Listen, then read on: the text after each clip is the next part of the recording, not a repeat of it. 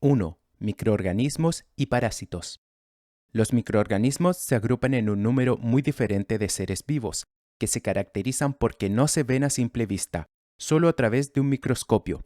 Los microorganismos son las bacterias, los virus y algunos hongos. Los parásitos son organismos animales o vegetales que viven sobre o dentro de otro organismo y se desarrollan a sus expensas. No viven libres en el medio ambiente. Los microorganismos y los parásitos son agentes biológicos que pueden causar efectos adversos para la salud. Sin embargo, su presencia en los alimentos no indica necesariamente un peligro para el consumidor, pues no todos los microorganismos y parásitos provocan enfermedades. Los alimentos y los vegetales que tomamos en la dieta tienen un gran número de microorganismos en su superficie y en su interior. Si las condiciones son favorables, pueden crecer en el alimento alterándolo o no. Si son patógenos, causarán una enfermedad en el consumidor, bien directamente o a través de sus toxinas. 2. Características generales de las bacterias. Las bacterias son microorganismos que con más frecuencia causan infecciones alimentarias. Se caracterizan por ser microscópicas, ser unicelulares, están presentes en el aire, agua, piel, pelo, boca, nariz, uñas, etc. Se producen por división en dos. Algunas bacterias pueden defenderse de las condiciones exteriores adversas, formando esporas, que son formas de resistencia capaces de sobrevivir incluso en latas de conservas esterilizadas. Muchas bacterias patógenas, cuando crecen sobre los alimentos, producen toxinas, que pueden ser resistentes al calor, por lo que son muy peligrosas, ya que no se destruyen por la cocción. Algunas bacterias patógenas que se transmiten a los alimentos alteran el aspecto, sabor y aroma de estos, mientras que otras no producen ni mal olor ni signos de putrefacción, por ejemplo, la salmonela. Por esto es de vital importancia, para evitar riesgos innecesarios, cuidar la buena conservación e higiene en el tratamiento de los alimentos. 3. Condiciones favorables para el crecimiento de las bacterias. Las bacterias, como cualquier ser vivo, necesitan unas condiciones adecuadas para que crezcan, como son: A.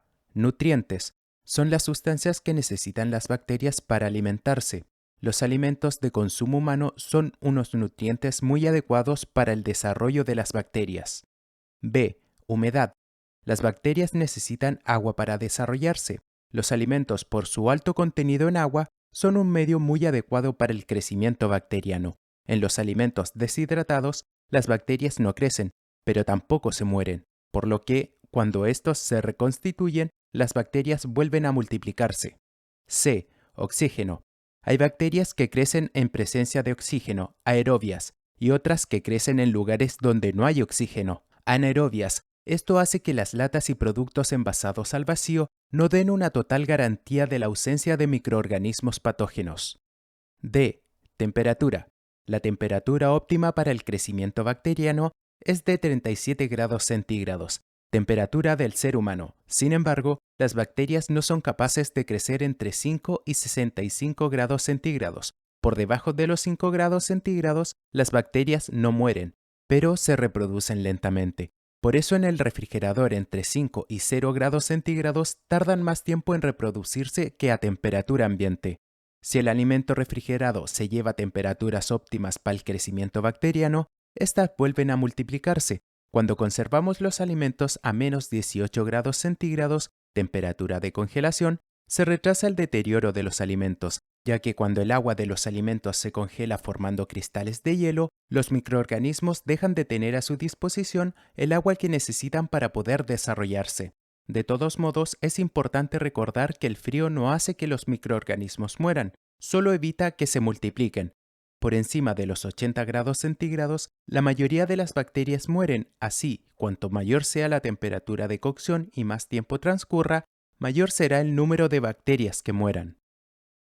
Tiempo.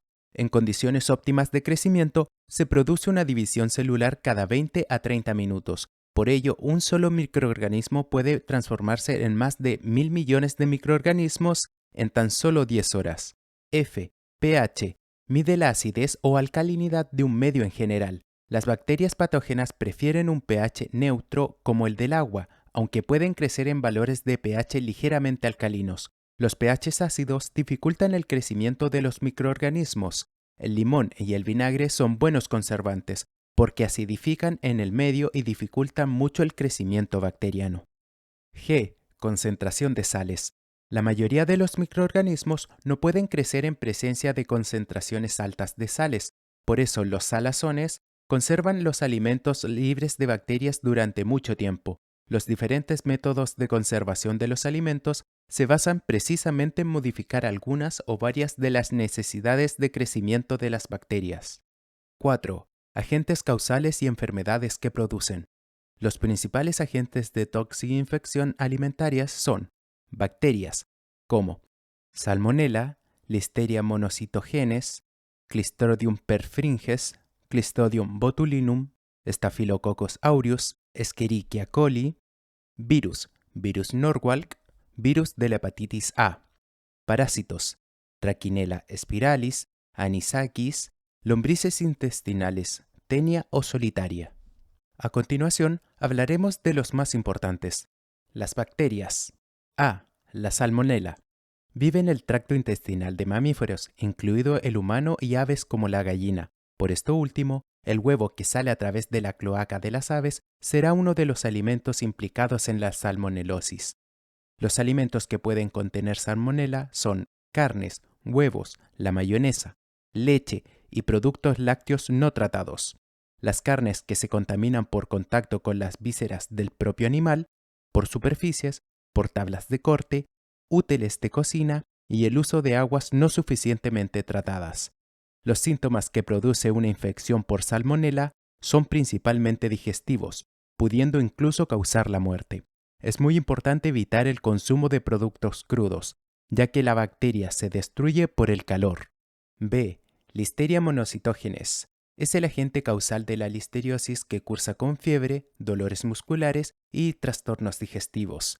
Los alimentos que se contaminan por las manos sucias de un manipulador con la enfermedad afecta principalmente a la leche, los quesos, las aves de corral, las hortalizas, etc.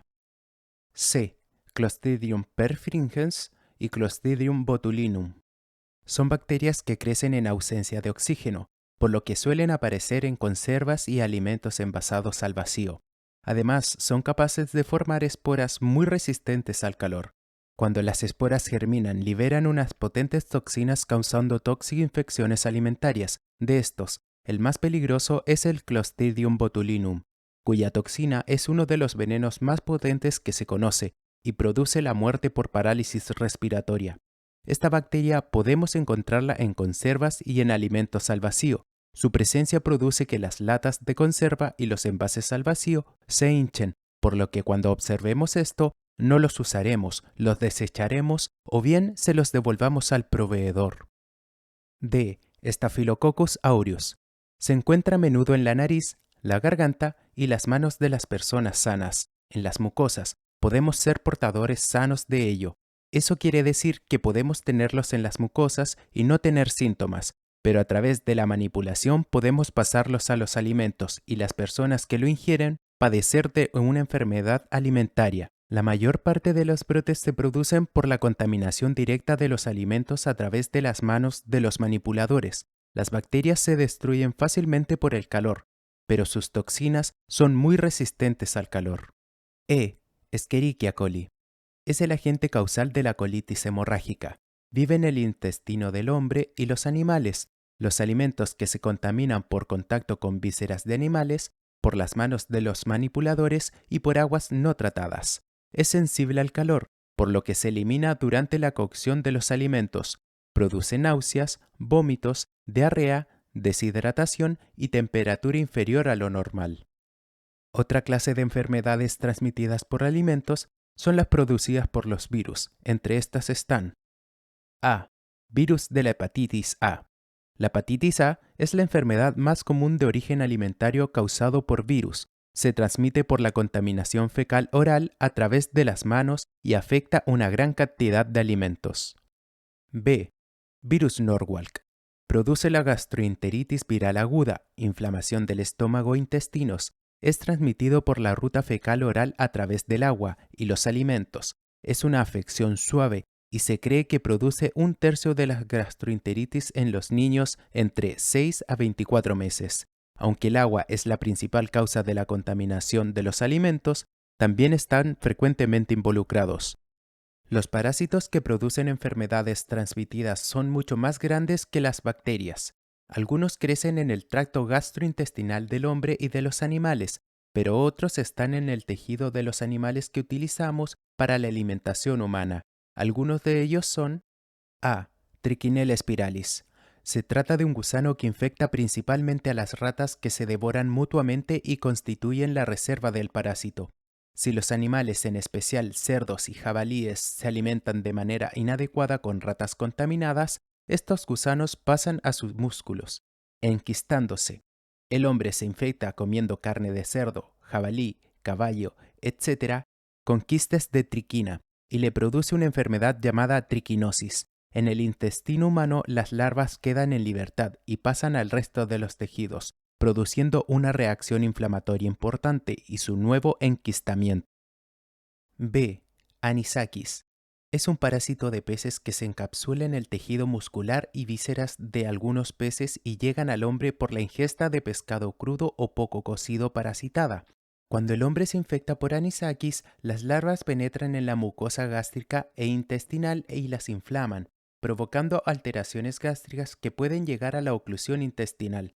Hay que tener cuidado porque el ahumado, las conservaciones en vinagre y la salazón ligera no matan las larvas de anisakis. Sin embargo, se puede garantizar su muerte por congelación durante más de 24 horas y por cocción del pescado a más de 60 grados centígrados.